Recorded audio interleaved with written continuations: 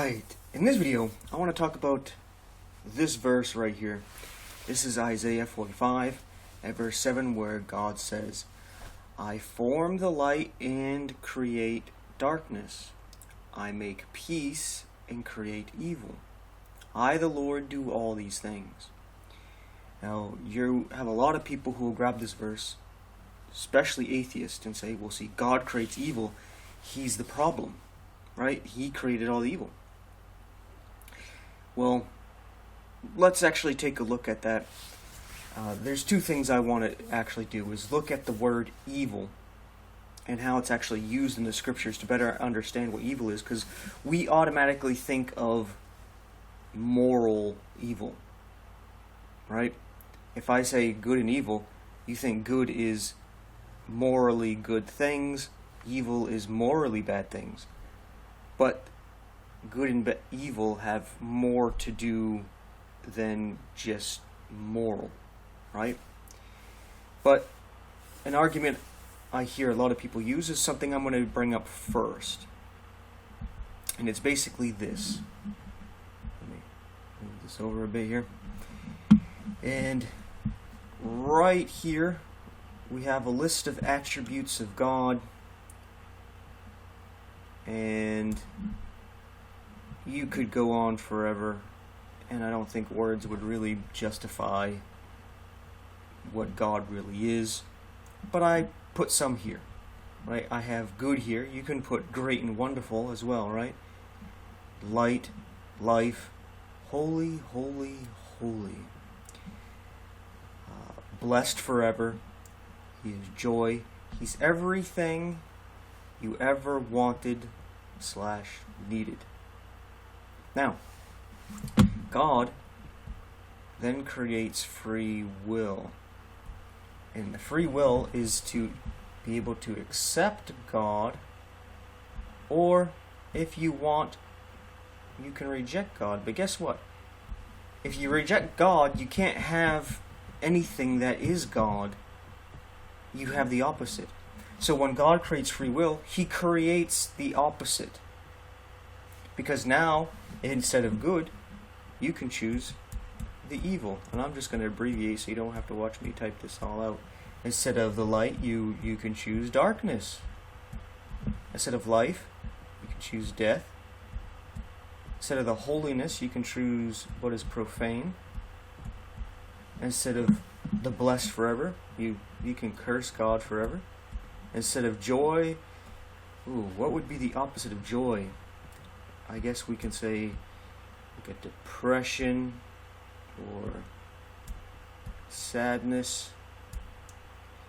And everything you ever wanted is to always be in want. We'll put that always in want / need. Right? And that would be a big one, right? So, when God gives you free will, He ended up creating all this. And He takes responsibility for not only creating you, but also giving you free will. It is kind of like if you do one of these two things. Let's say you have a child. Well, you're taking responsibility now. Whether you want to or not, you're responsible for that child. So, you know that child's going to have free will. So, when you have that child and that child ends up doing the opposite of what you're teaching the child to do and everything like that, you are responsible for that. Even though you're teaching them to do the opposite, you're still responsible because you created that child, and that child has free will. And you know that. So anything that child ends up saying and doing, you're responsible for. Right? Whether you like it or not. Just a lot of people don't want to take responsibility for that. Like, they like to blame the children for being the way they are when they created them, right? Which is funny, because a lot of these people, they'll blame God for the way they are, right? God created evil, so I'm the way I am because God created me, messed up. But then when it comes to their children acting up, oh, it's them that I didn't teach them to do all that stuff. Well, it's the same thing with God. I didn't teach you to do all this stuff. You're doing this on your own. Yet you blame me, but then when your child blames you, you blame them. Right? You see the inconsistency, the hypocrisy and contradiction there. The silliness and foolishness of man. But the other thing would be is if you create a robot. You create a robot that it doesn't have free will. All it does is do what you want it to do, like clean the house and do all your chores, walk the dog and stuff like that, clean the yard up. Whatever you want it to do, like a butler, some kind of servant, even you can say a slave. But it doesn't have free will. It's doing what it's programmed to do, right? But then you end up giving it consciousness, like self-awareness, so it's aware that it doesn't have the free will. And then you decide to give it free will. Well, now you're responsible for what it does. Before, you didn't give it a choice. It could only accept what it is programmed, right? You're teaching it all these things, for example. But now that you gave it this awareness and then the free will, now you're responsible for if it chooses this direction over here and chooses the exact opposite. So that's what God is doing. He's like, I created angels, I created mankind, and I gave them free will to accept me or reject me. Since I did that, I'm taking responsibility for all the evil, the death, the darkness, the profanity, the cursing, the depression and sadness, the always wanting and needing. I'm taking that on myself. And ultimately, He bore all that at the cross, and He's willing to wash that all away if we would accept it. Because He's taking complete responsibility for everything. But we won't let Him take responsibility for it. We would rather reject His offer to clean everything up and just complain about it. Right? But that's kind of a side issue. So, to say, oh, God created evil, as if He went there and was like, I'm going to create this just horrible thing here for shits and giggles and what have you. No. He created the ability for free will to choose it, to choose the opposite of Him. And then He takes responsibility for that. This argument is perfectly fine. But what I like to do is I like to get into the Word of God and how it uses the word evil. Now, you notice there's like a contrast here. It says, I form light and create darkness. So you see here, He separates the two here. He's like, I create light. So this automatically separates the opposite from it, right? Then the darkness is the opposite of it. And then He says, I make peace and create evil. So you see here, the peace is something that's opposite of the evil. So here in the context, evil is not something immoral. Evil is the opposite of peace in this context. Right? So peace is everything's fine. Evil would be everything's kind of chaotic. Right? Or out of order. And I like to show this even from the dictionary. This is a KJV 1611 dictionary here. And we're going to just look at a couple of definitions here. It says, having bad qualities of a natural kind, mischievous, having qualities which tend to injury or to produce mischief. So we see a connection here to something causing destruction of some kind. So it's not necessarily morally evil, such as it mentions here, evil beast, which is something I was actually going to get into. A beast, like an animal, doesn't have a moral compass. It's not thinking about what is right and what is wrong, but it does something evil because it destroys things. Like it will go and eat your cattle, your livestock, right? It destroys it and devours it, right? And then it gives two other. One, it says moral, right? This is the one we always use. Having bad qualities of a moral kind, right? this is how we tend to always use evil, but it's not how it's always used, such as it says here, not here, that one right below it.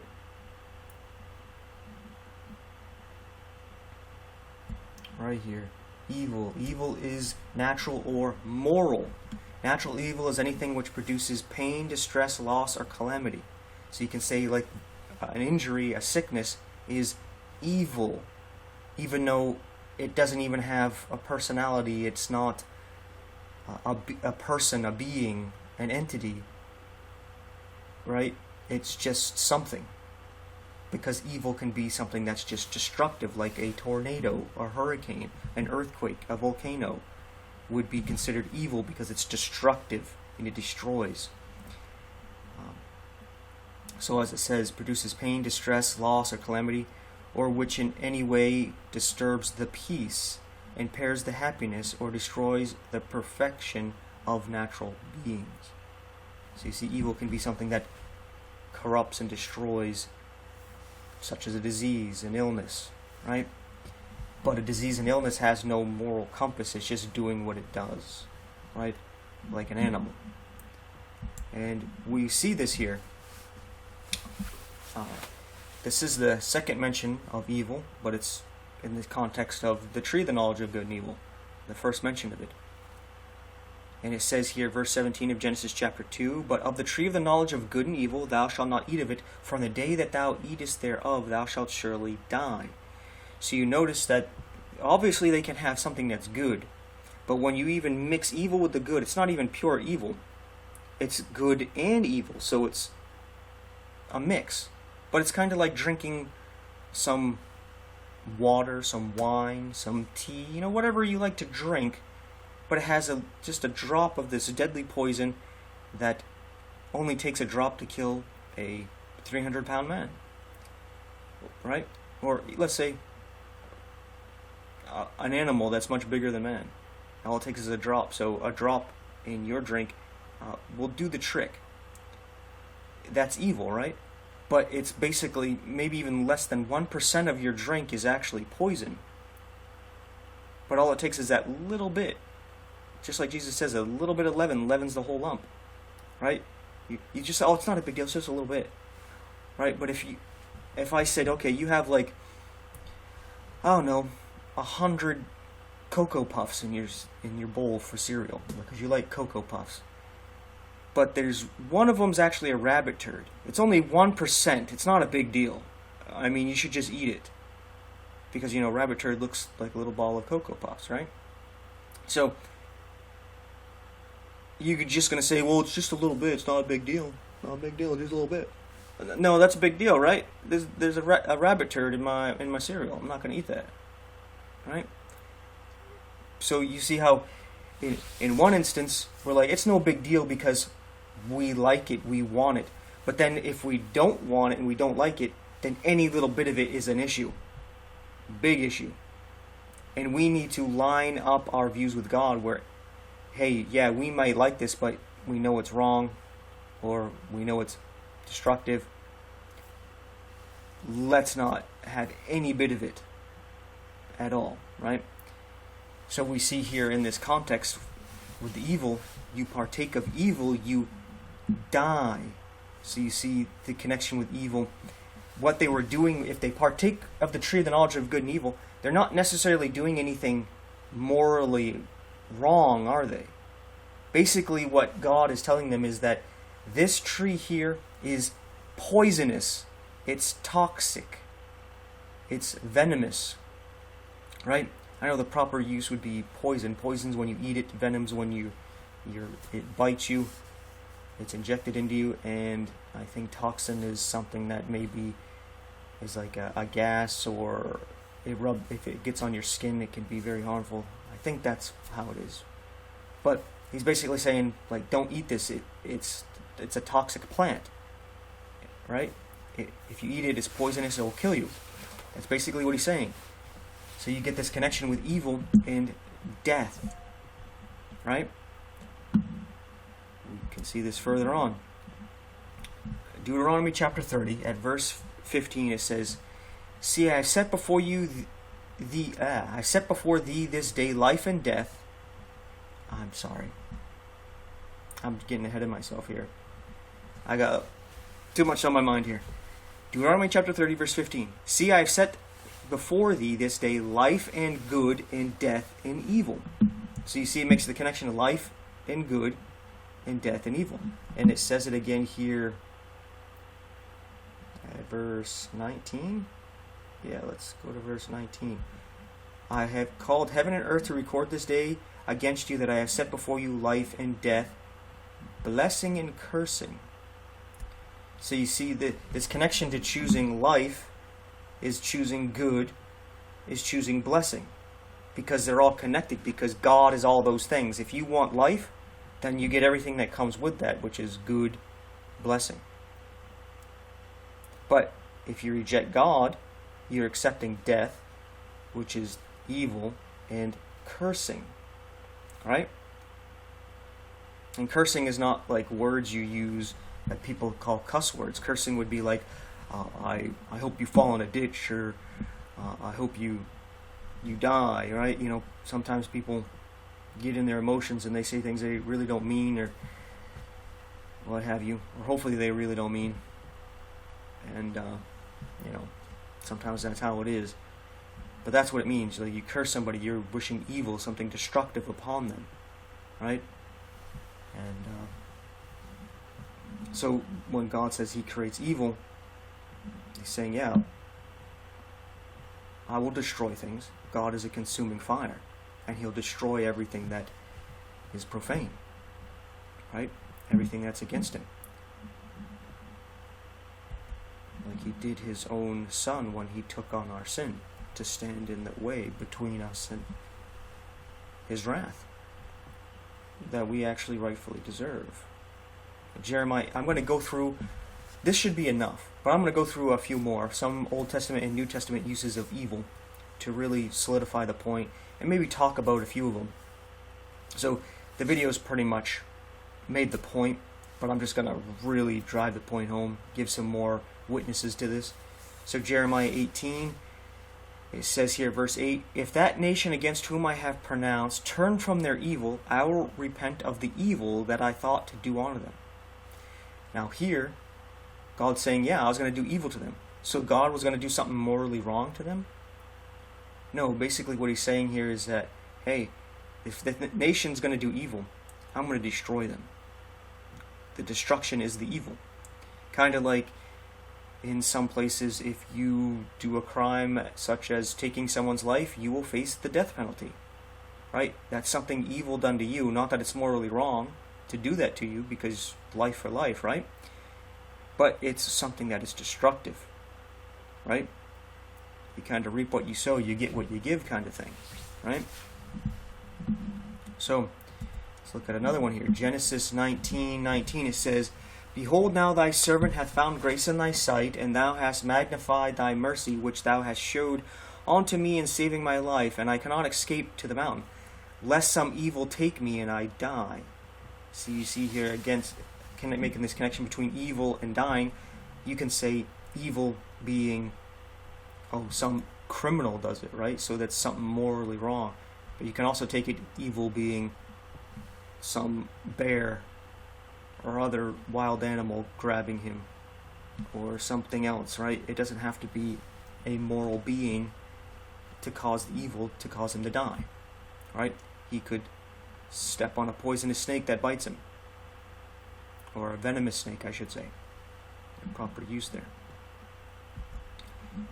Genesis 37:20, it says, come now therefore, and let us slay him, and cast him into some pit, and we will say some evil beast hath devoured him, and we shall see what will become of his dreams. And this is just going over what I already went over. An evil beast, it's an evil animal. Well, animals are not moral beings. So it's not evil in the sense that, oh, the animal's scheming, some evil scheme, right? No. Generally, the animal's either hungry, defending its territory, or it's scared and thinking it's defending itself, and it's going to destroy. That's the evil thing it's going to do, is it's going to fight and attack and kill. Right? Malachi chapter 1 verse 8 says, "And if we offer the blind for sacrifice, is it not evil? And if we offer the lame and sick, is it not evil?" Now, you can argue that offering an imperfect sacrifice to God is not necessarily something evil, right? But it is evil in that it's destructive because it's not what's going to actually be accepted. You know, a lot of these people, Christians today, they want to offer to God their righteousness. God, look at me. I call your Son, Lord, Lord, and I'm repenting of my sins. I'm trying to follow you the best that I can. And they're like, here. And it's like, well, what you're offering me is your righteousness, which is not perfect. Where God only accepts the perfect sacrifice. And you're offering him an imperfect sacrifice, which is basically a blind lamb, a lame, sick lamb, right? You're offering him an imperfect sacrifice, saying, yeah, I could have offered Jesus in my place, but instead I'm going to offer this. Well, that is evil. It's going to be rejected, and you're going to bear your own sin because you're a fool. And according to this, evil for not offering up the perfect sacrifice. You need to exchange your righteousness for Jesus' righteousness. Matthew chapter 6, I got a couple more after this. At verse 23 says, "But if thine eye be evil, the whole body shall be full of darkness. If therefore the light that is in thee be darkness, how great is that darkness?" Now this is one to meditate upon. It's interesting, right? Like, what does this mean, the eye and evil? But the connection I want to make here is, you see how the evil is connected with darkness. So it's connected to ignorance, not knowing, right? When you're in darkness, you're not sure what's going on around you, right? So that is connected to being evil. So being in ignorance, a lack of knowledge and understanding, that's not necessarily something that's morally wrong. Somebody who is ignorant is not necessarily making some moral choice. They might not really know and understand what's going on because they're in darkness, right? Now, if they receive some light and they refuse to go to the light and accept the light but stay in the darkness, and they willingly ignore the light, and they're ignorant in that sense that they're willfully ignorant, well, then definitely that's a moral choice there. Then, you call it evil in that sense. But even if they're not willing and they don't understand, it's still evil, because the darkness is ultimately destruction, right? Because the darkness, you don't know where you're going. You're going to, like Jesus says, the blind leading the blind, they're all going to fall into a ditch, right? It's only a matter of time, right? Without the light to light your way, which is the Word of God, you're going to have issues. Now, here's an interesting one here. Matthew 7, verse 17 says, "Even so every good tree bringeth forth good fruit, but a corrupt tree bringeth forth evil fruit." Now, we always think something moral here, right? A good tree would never say certain words. A good tree is always going to do these things. And a bad tree won't say and do these certain things. Well, when you understand that when it says a good tree brings forth light, life, right? And the bad tree would bring forth darkness and death, right? Something destructive, since we now better understand the word good and evil here, right? And all the connection to it. Good would be truth, evil would be lies, right? You see these things here. So there's liars who would do good things, like they'll give to charity. Like you see a lot of politicians who will give to charities and do all these things to win votes. Does that make them good? No, right? Because they're misleading people. They're lying and being deceptive, right? And then they're getting people to follow them and support them. Basically the blind leading the blind. They're producing a darkness. covering up the truth. The truth is that they really don't care. They just want their social status. They want their office, right? And yeah. So I wanted to bring this one up, not so much to show a contrast, but to get you to think about that in another way. And then the wrap up here is James chapter 4, verse 16. It says, "But now ye rejoice in your boasting. All such rejoicing is evil." So, is boasting evil? Well, it can be, but Paul boasted. He made examples of boasting, but he also said, being a fool, playing a part of being a fool and boasting. And he boasted about things. So was he doing something evil? No, but boasting can be something that's evil, right? Because if you're boasting about something that ought not to be boasted about, it's evil, even though it's not necessarily morally wrong. Because when you boast, like, hey, look at this great house I built, are you doing anything evil? Are you hurting anybody? No. But you see, the evil comes from the destruction boasting in certain things would cause. You see, when you're boasting about things that, let's say Cain, about the fruit he brings forth to God, he did not create that, but he's like boasting as if he brought it forth himself. Like, look at what I've done, this should be accepted. Well, he's exalting himself, and he's ultimately causing his own destruction by puffing himself up and basically starting to idolize himself. Right? So you see how something like boasting can be evil because it can be destructive.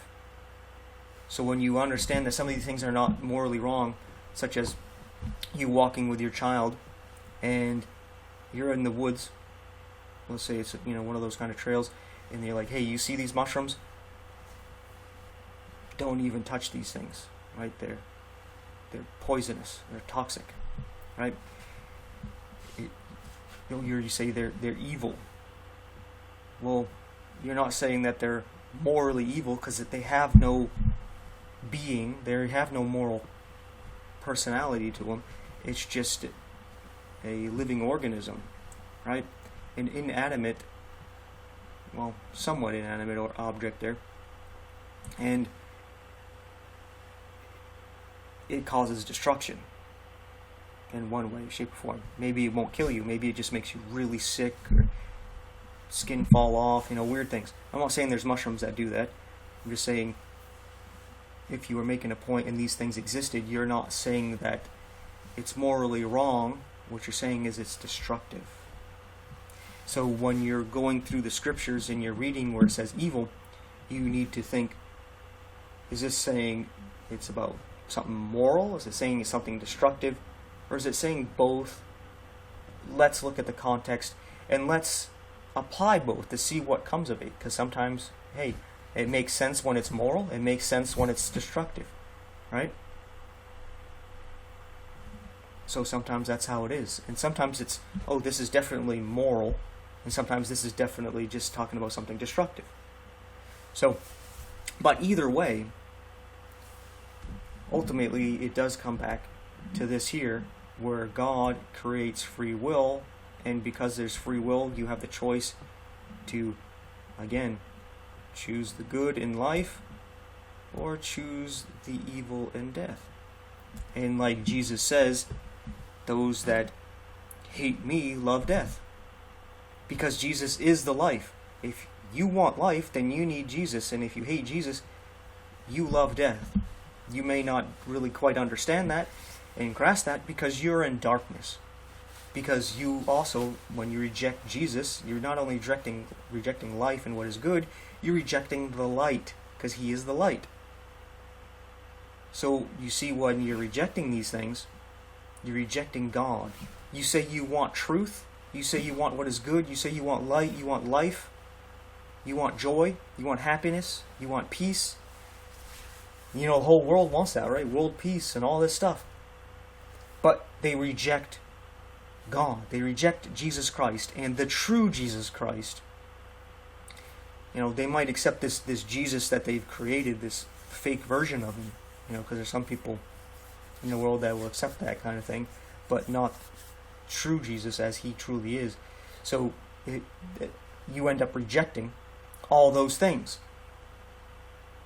and you think you're accepting it, but you can't have those things without God, because he is those things.